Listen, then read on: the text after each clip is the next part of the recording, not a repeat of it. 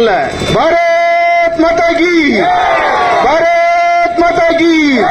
வெற்றிவேல், வெற்றிவேல், வெற்றிவேல்.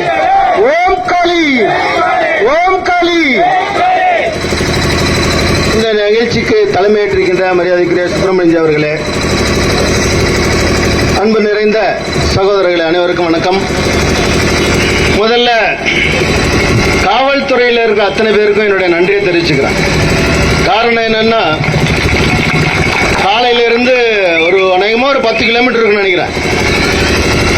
பெண் காவலர்கள் உட்பட வெயில் நேரத்தில் இவ்வளவு கஷ்டத்துக்கு மத்தியில் இவ்வளவு நடந்து வந்திருக்கிறீங்க. உங்களுக்கு கடமை தான், இருந்தாலும் கூட அது கஷ்டம் தெரியும் நமக்கு.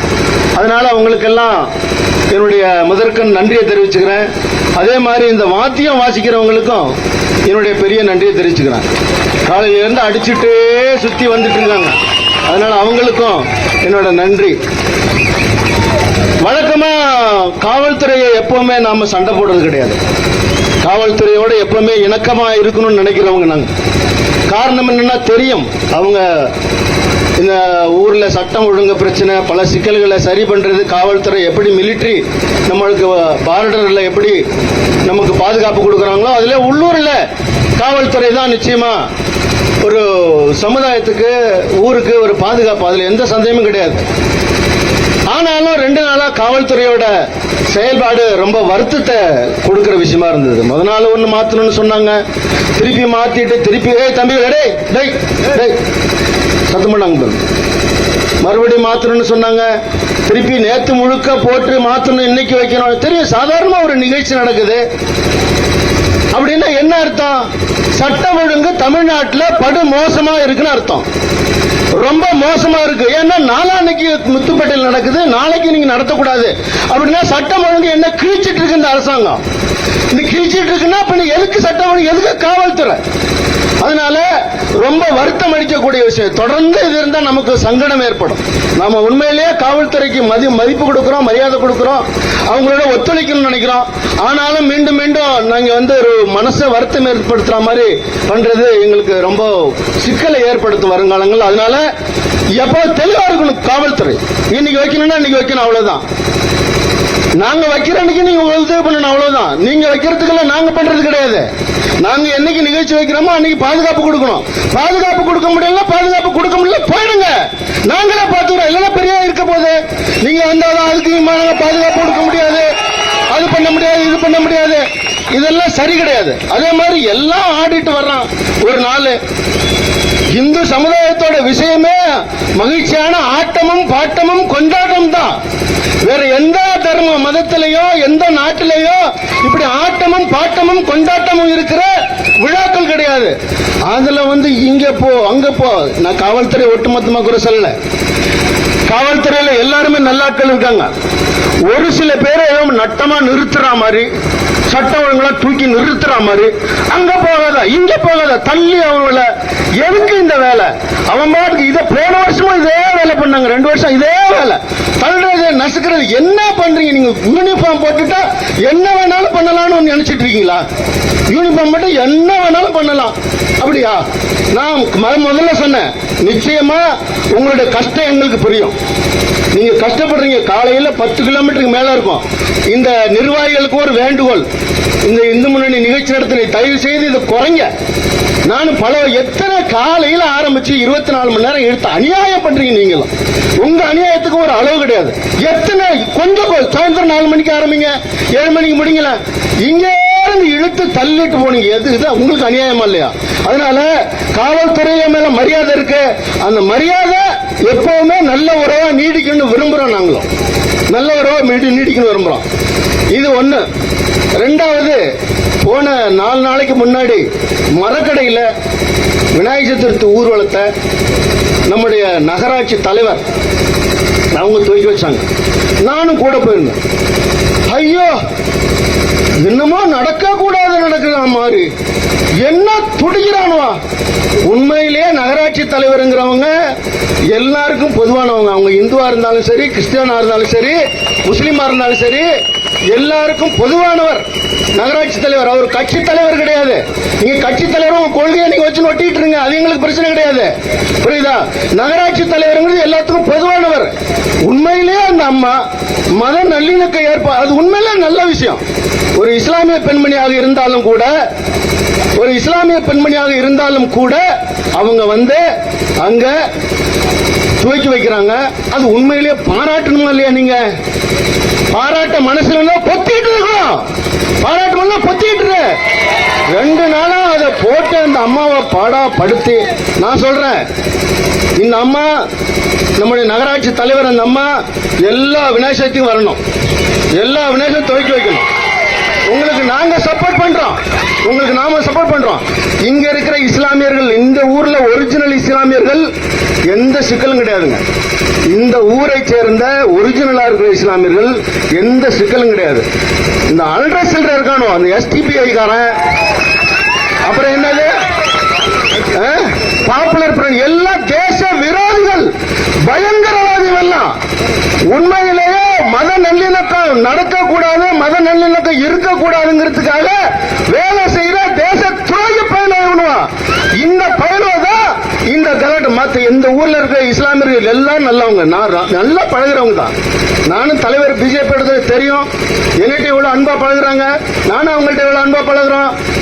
அந்த காலத்தில இருந்த எந்த வேற்றுமையான பழகுற சமுதாயம் நம்ம ஊர்ல இருக்கிற இஸ்லாமிய சமுதாயம். ஆனா இந்த அமைப்பை வச்சுக்கிட்டு இந்த என்னது STPI, பாப்புலர் ஃப்ரண்ட் ஆஃப் இன்னும் 2-3 இருக்கு. எல்லா பயிலும் தீவிரவாதிகள், பயங்கரவாதிகள். தயவு செய்து புரிஞ்சுங்க, நீ எல்லாரும் புரிஞ்சுக்கணும். இவனை எல்லாம் குண்டு வைக்கிற பயங்கரவாதி பயில விடுவான். புரியுதா? இவன் நடிப்பான வந்து அப்படியே ஒன்னா இருக்கிற மாதிரி அண்ணன் அப்பா தாத்தான்னு நடிப்பான். ஆனா கொஞ்சம் அசதிங்கன்னா குண்டியில குண்டு வச்சுட்டு போயிருவான். அவ்வளவு மோசம் அந்த பயிலும். இவனும் விடக்கூடாது. அதனால நான் இந்த நகராட்சி தலைவருக்கு நல்ல ஜோர கரகோஷத்தோட உங்களுக்கு வாழ்த்துக்களை தெரிவிக்கிறோம். எல்லாம் ஜோரா. அதனால அந்த அம்மா கவலைப்படாதீங்க, அத்தனை இந்துக்களும் உங்களுக்கு உதவியா இருப்பான். உண்மையிலே நல்ல முஸ்லிம்களும் உங்களுக்கு சப்போர்ட்டா இருப்பாங்க, எல்லா இந்துக்களும் உங்களுக்கு சப்போர்ட்டா இருக்கும். ஒரு கவலைப்படாதீங்க. இந்த பயங்கரவாதிகள் பேசுறதை பத்தி இந்த அம்மா எந்த கவலையும் படக்கூடாது. இது 2வது விஷயம். 3வது விஷயம், இங்க எல்லாரும் இருக்கிறீங்க, இங்க வந்திருக்கிறவங்க எல்லாருமே எல்லா கட்சியில இருந்து வந்திருக்கோம். திமுக இருக்கவங்க இருக்கோம், அதிமுக இருக்கவங்க இருக்கோம், கம்யூனிஸ்ட்ல இருக்கவங்க இருக்கோம், பிஜேபி எல்லா கட்சியை சேர்ந்தவர்களும் இங்க இந்துவாக நாம எல்லாம் வந்திருக்கோம். அவ்வளவுதான், இந்துக்களாக வந்திருக்கும், கட்சி இல்லாம இந்துக்களாக வந்திருக்கும். ஆனா நம்ம நாட்டுல, குறிப்பா தமிழகத்துல, நான் இந்துவாகத்தான் பேசுறேன், நான் பாஜகவா பேசல, நான் பாஜகவோட தலைவரா பேசல. நீங்களும் இந்துக்கள், நானும் இந்து, அந்த ரீதியில நான் பேசுறேன். சனாதனத்தை ஒழித்து விடுவோம் சொல்றேன். சனாதனத்தை ஒழிச்சிரும். சனாதனம் என்ன சார்? சாதாரண இந்துக்களோட வாழ்க்கை முறை. இந்த விநாயகர் சதுர்த்தி நடக்குது இல்ல, எல்லாரும் ஒன்னா சேர்ந்து போறோம்ல, இந்த சேர்ந்து இருக்கிறது சனாதனம். எல்லாரும் ஒன்னா இருக்கணும் அப்படிங்கிறது சனாதனம். சனாதனத்தை ஒழிச்சிருவோம்னா இந்துக்களை ஒழிச்சிருவோம்னு அர்த்தம். இந்துத்துவத்தை ஒழிச்சிருவோம்னு அர்த்தம். என்ன இந்துத்துவம்னா? வாடிய பயிரை கண்ட போதெல்லாம் வாடினேன்னு வள்ளுவர் சொன்னார்ல, அதுதான் இந்துத்துவம், அதுதான் சனாதனம். ஒரு பயிர் வாடினா கூட அதை பார்த்து மனசு வாடுறதுதான் இந்துத்துவம், அதுதான் சனாதனம். ஒருவனுக்கு ஒருத்தியா இருக்கணும் அப்படி சொல்றதுதான் சனாதனம், அதுதான் இந்துத்துவம், அதுதான் சனாதனம். அதனாலதான் உங்களுக்கு கோபம். ஒருத்தனுக்கு ஒருத்தியா இருக்கிறது கஷ்டம் அவங்களுக்கு. அதனால திமுக கோச்சிக்க தயவு செய்யுது, அவங்களுக்கு கஷ்டம். 1க்கு 1ங்கிறது ரொம்ப கஷ்டம். 1க்கு 3, 1க்கு 4, 1க்கு 5, ஊருக்கு 1, எந்த ஒரு போல அதுக்குள்ள 1. அதனாலதான் ஒருவனுக்கு ஒருத்திங்கிறத அவங்களால தாங்க முடியல. அதுதாங்க சார் சனாதனம். எல்லாரும் ஒன்னா பாக்குறது. நாய், பன்னி, கடவுள் எதெல்லாம் சீ நாயின்னு வரட்டுறோம், சீ பன்னின்னு வரட்டுறோம், அதெல்லாம் கடவுளா பாக்குறது இந்துத்துவம், அதுதான் சனாதனம். படைக்கப்பட்ட உயிர்கள் அனைத்தையும் கடவுளாக பார்ப்பது. அதனாலதான் தொட்டா காலில் மிதிச்சுட்டா தொட்டுக்க முடியாது. உன்னுள்ளும் கடவுள் இருப்பான், கல்லுல இருப்பான், மண்ணுல இருப்பான், புல்லுல இருப்பான், பூண்டுல இருப்பான். அத்தனையும் கடவுளின் அம்சமாக பார்ப்பது இந்துத்துவம். அந்த இந்துத்துவம் தான் சனாதனம். அதை தான் ஒழிச்சிருவாங்களாம். நான் ஓனரா இருப்பேன், நான் ஓனர், நீ எல்லாம் தொழிலாளியா அடிமையா இருக்கணும். அதுதான் அவங்க சொல்றது. இங்க எல்லாரும் ஒன்னா பாக்குற தன்மை இருக்க, அந்த தர்மத்தை, அந்த இந்துத்துவத்தை ஒழிச்சிட்டு நான் ஓனரு நீ அடிமைங்கிற மனோபாவத்தை ஏற்படுத்துறது தான் அவங்களோட ஏற்பாடு. அதுதான் சனாதனத்தை ஒழிக்கணுங்க. சனாதனத்தை 1000 வருஷம் ஆட்சி பண்ண அவுரங்கசீப்பே கிழிக்க முடியலடா, அவனே அழிக்க முடியல. நீ என்ன புண்ணாக்கு, நீ என்ன புண்ணாக்கு, நீ கிழிச்சிருவியா? உன் தாத்தா பாட்டனாலே முடியல, நீ சுண்டக்கா ஒத்துட்டு நீ அழிச்சிருவியா? என்று அழிக்கவே முடியாது. நீ எவ்வளவு அழிக்கணும் அவங்களோட திட்டம் சார். இது வெறும் வார்த்தை இல்ல, இது மிஷனரிகளோட பின்னணியில அவங்க சொல்ற வார்த்தை, அதோட பின்னணியில அவங்களோட திட்டம், அது வார்த்தையா வெளிப்படுது. அதனால இது அரசியலாக பார்க்க கூடாது. நாம யாருமே இது அரசியலாக பார்க்க கூடாது. இது ஒரு திட்டத்தின் அடிப்படையில் நடக்குது. இந்து தர்மத்தை, இந்து கலாச்சாரத்தை, இந்து பண்பாட்டை, இந்து வாழ்க்கை முறையை அழிக்கணும்னு பல்லாயிரக்கணக்கான வருஷங்களாக 800 வருஷம் இந்த நாட்டை ஆண்ட துருக்கியர்கள் முயற்சி செய்தார்கள், முடியவில்லை. 200 வருஷம் ஆட்சி செய்த கிறிஸ்தவ ஆங்கிலேயர்கள் முயற்சி பண்ணார்கள், முடியவில்லை. அதனால அந்த திட்டத்தின் அடிப்படையில் இன்னைக்கு ஜனநாயகத்தில் அரசியல்ங்கிற பேர்ல, அரசியல் கொள்கைங்கிற பேர்ல இந்து தர்மத்தை, இந்து கலாச்சாரத்தை, இந்து பண்பாட்டை, இந்து வாழ்க்கை முறையை அடிக்கிறதுக்கு முயற்சி பண்றாங்க. அதான் சொல்றேன், அவுரங்கசீப்பாலே முடியாதது ஒன்னால ஒண்ணும் முடியாது, பிடிக்கவே முடியாது. இது நீங்களே உங்களுக்கு வச்சுக்கிட்ட கொல்லி.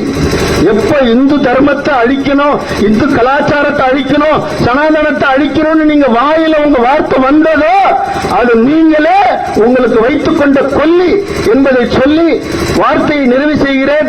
நன்றி, வணக்கம். பாரத் மாதா கி ஜெய்.